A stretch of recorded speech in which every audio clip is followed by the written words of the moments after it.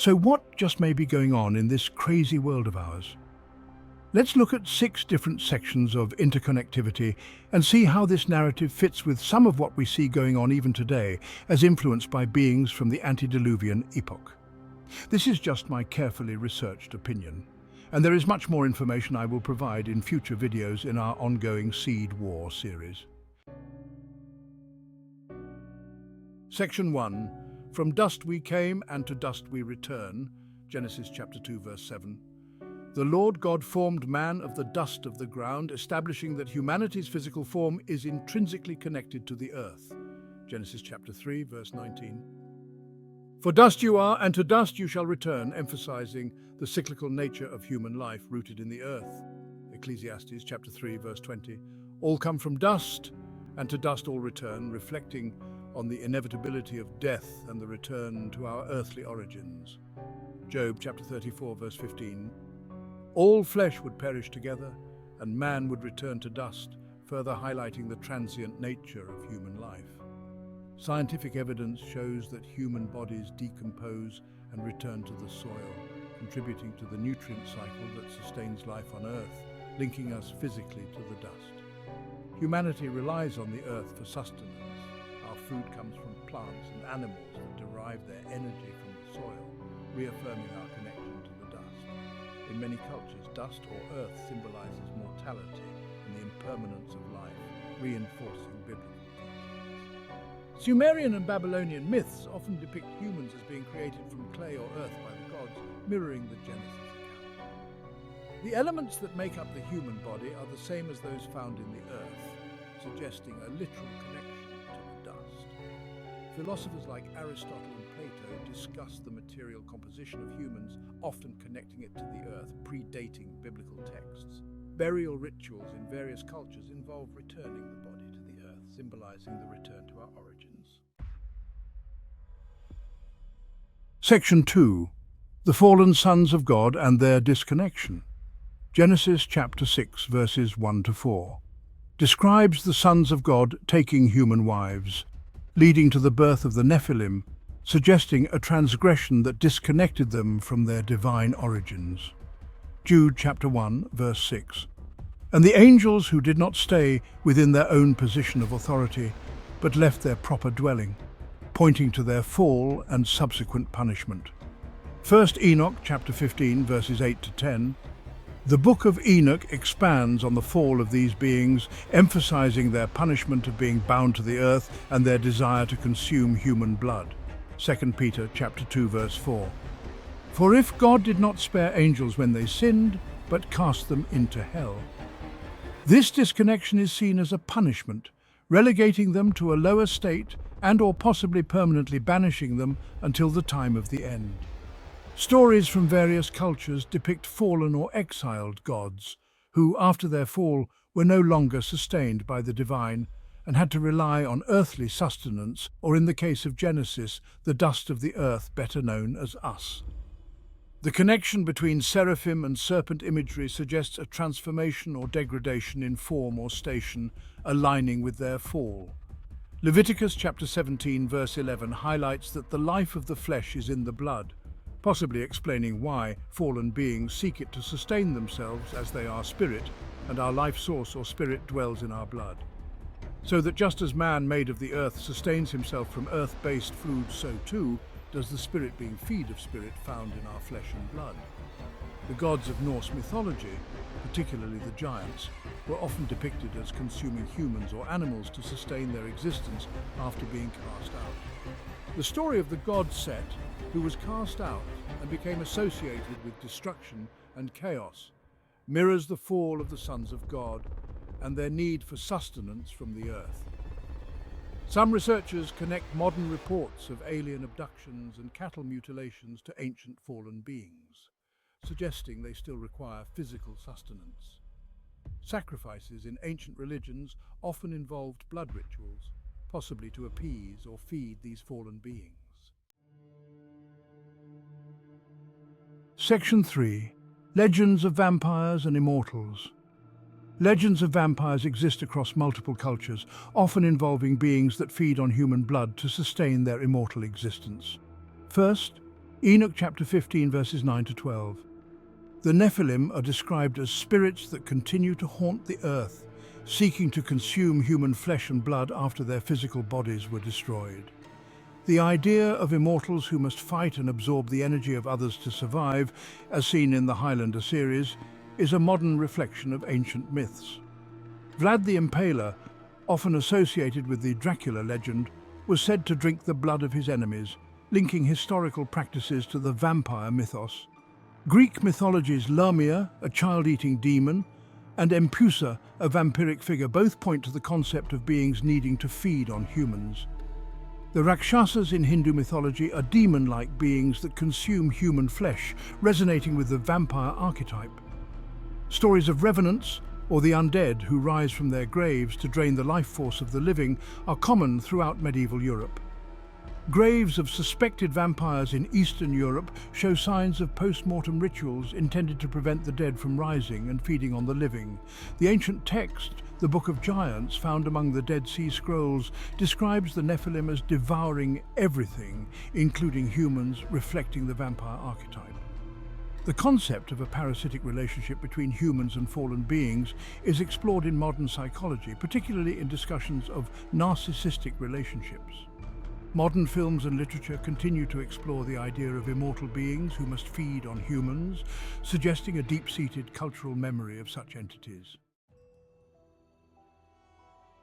Section 4. Modern doppelgangers and reconstituted fallen beings. Historical doppelgangers. Photographs and paintings from history show figures who look remarkably similar to modern celebrities, suggesting the possibility of reconstituted identities. Reincarnation beliefs. Some spiritual traditions believe in the reincarnation of souls, which could be interpreted as fallen beings reconstituting themselves in new identities. John Keel's theories, the author of the Mothman prophecies, suggested that ancient entities might assume new identities throughout time, influencing humanity. Modern conspiracy theories.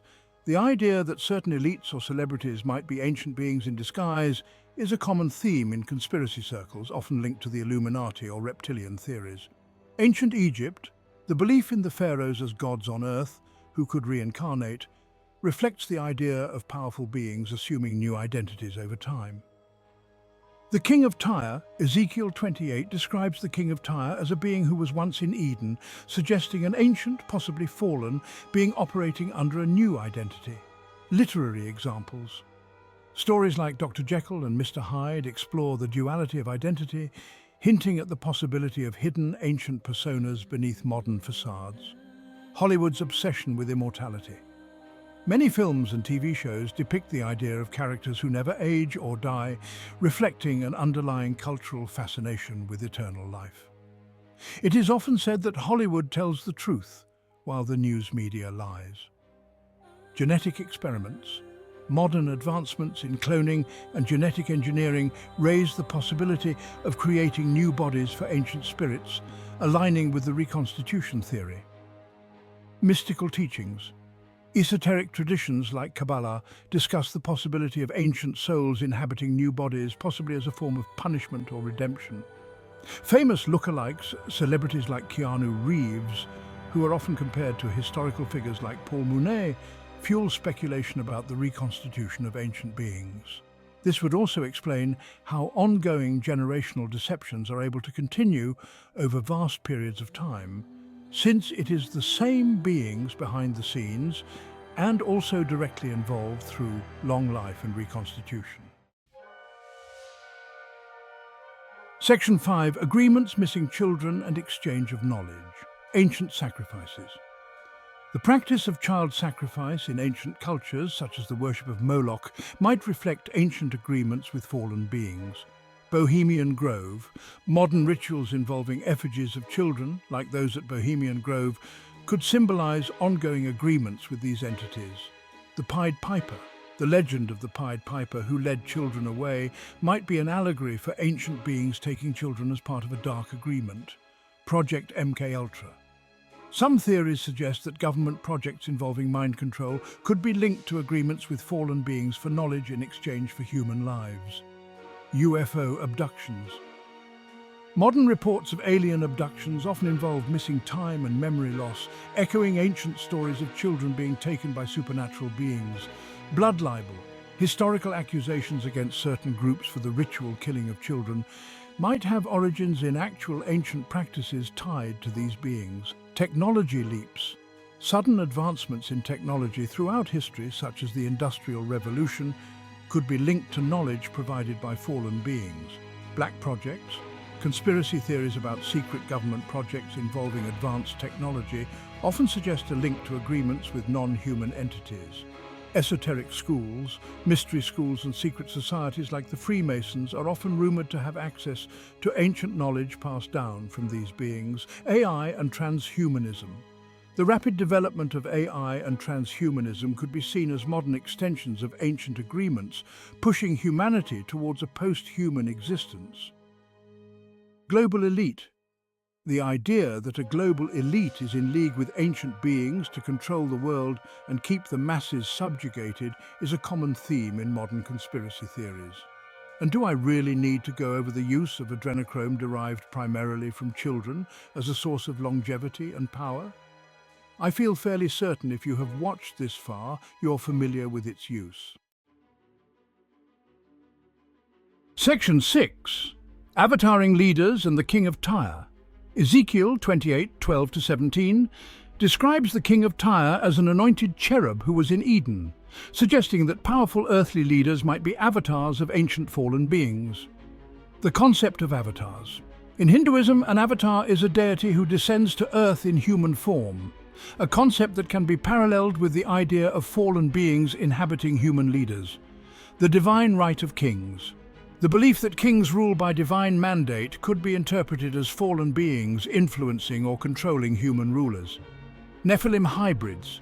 Genesis 6 describes the offspring of the sons of God and human women as mighty men of renown, possibly indicating that ancient rulers were hybrids. Hitler's occult connections. Adolf Hitler's interest in the occult and his perceived destiny as a world leader might suggest influence by or possession of a fallen entity.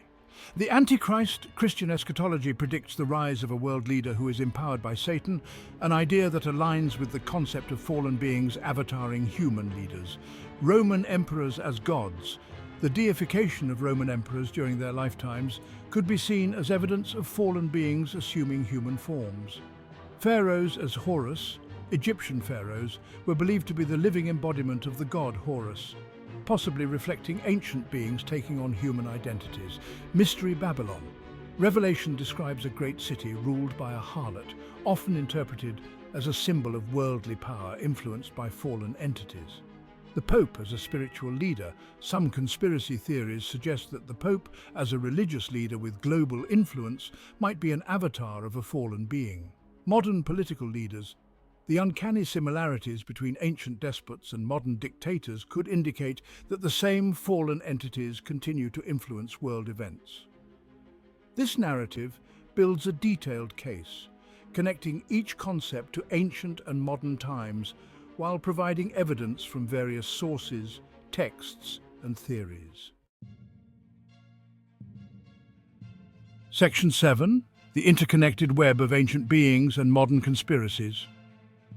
To understand the vast web of interconnected conspiracies that seem to permeate our modern culture, we must look at how the threads from each of the previous 6 sections tie together, weaving a narrative that reveals the continued influence of ancient beings who have survived through millennia, adapting and manipulating humanity for their own purposes. 1. Dust to dust. The foundation of humanity and its exploitation. From the beginning, humanity's connection to the earth has been both our strength and our vulnerability.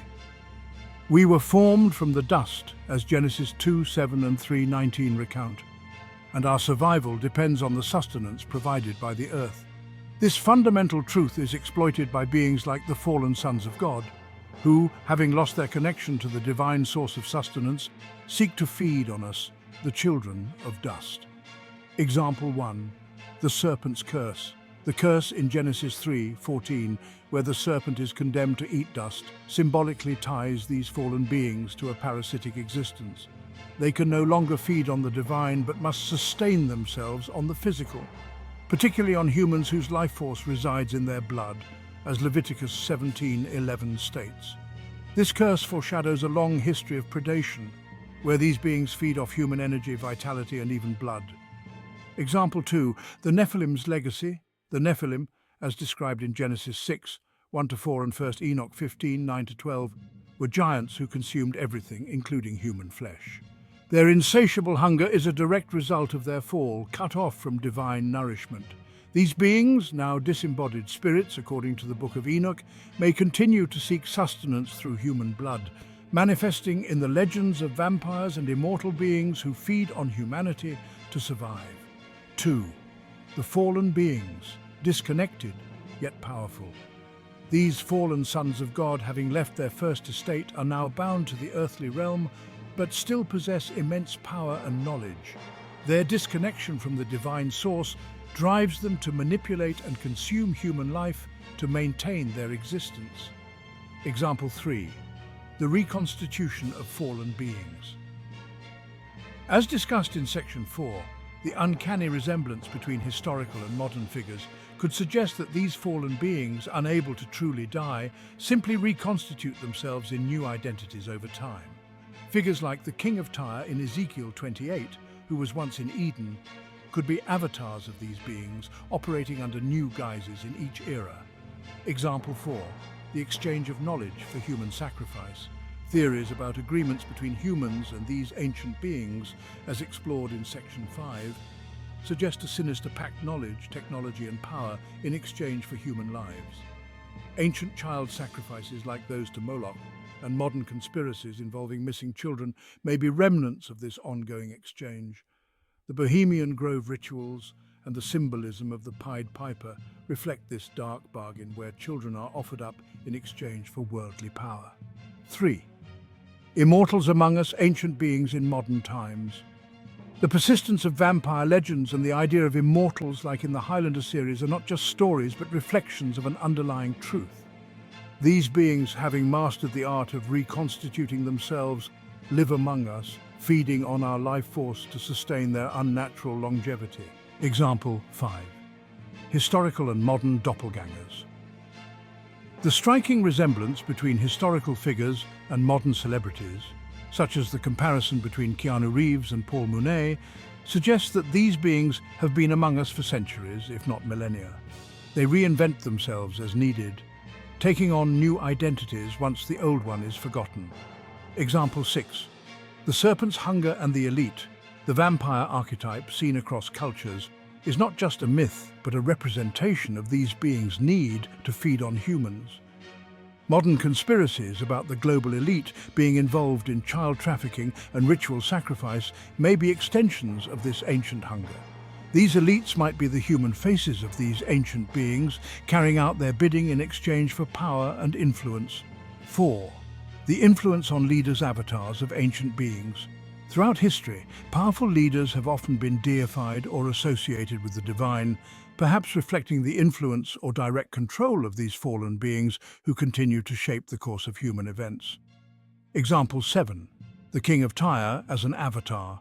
Ezekiel's description of the King of Tyre as a fallen cherub who was in Eden suggests that ancient beings continue to exert influence over human leaders. The idea that these beings could avatar or possess modern leaders, as seen in theories about Hitler's occult connections or the divine right of kings, ties directly into the notion that they guide human affairs to serve their own ends. Example 8. Modern political leaders. The eerie similarities between modern dictators and ancient despots could indicate that the same entities have been at work throughout history, guiding and manipulating events to maintain their power over humanity. The Antichrist figure in Christian eschatology, empowered by Satan, might be the culmination of this long-term influence. 5. Connecting the dots. The ancient influence on modern conspiracies. The interconnectedness of these elements suggests that many of today's conspiracies, from child trafficking to secret societies, are not new phenomena, but extensions of ancient practices. These fallen beings, having survived through the ages, continue to manipulate humanity using the same strategies they have employed since the antediluvian epoch. Example 9. the continuation of ancient sacrifices. The transition from ancient child sacrifices to modern conspiracies about missing children reflects a continuity of practice where the same beings continue to demand human life as payment for the knowledge and power they offer. Example 10. The global elite and their dark pacts.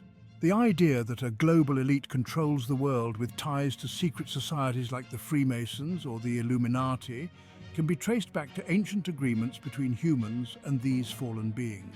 These elites may be the earthly representatives of these entities, carrying out their will in exchange for continued power and influence.